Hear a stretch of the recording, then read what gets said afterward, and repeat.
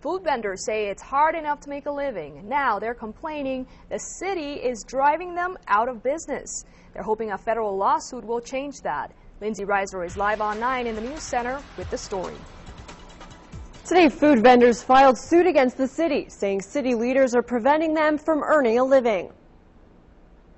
¿Sí, mijo, nachos con jalapeños y todo?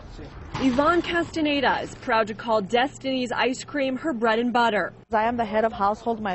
My husband is not able to work because he is disabled. But ever since the city made changes to the food handling ordinance, she says her sales have gone down the drain. This year it's been like 3 times lower than it was 2 years ago and last year.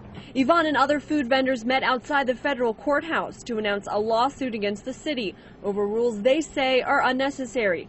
Rules like having to stay 1,000 feet away from restaurants and not parking and waiting for customers. 1,000 feet is particularly aggressive.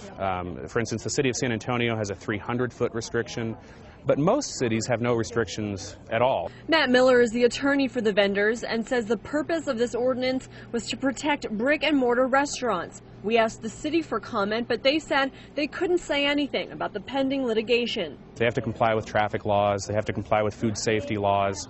Nobody's challenging that. But this new wave of ordinances that we've seen, they really seem like an attempt to run vendors out of town. Here you go, sir. Y una Pepsi? Yvonne says she supports the regulation of permits and health codes. The regulations are good to have. You are going to get sick if you don't have it in the proper temperature. But she wants things to go back to the way they were before the ordinance changed, so she's not driven out of town. I mean, it's not even funny how much I'm making. The city has 20 days to respond to the lawsuit, but attorneys for the food vendors say it could take as many as 9 months before they see any progress. Live at the News Center, Lindsey Reiser.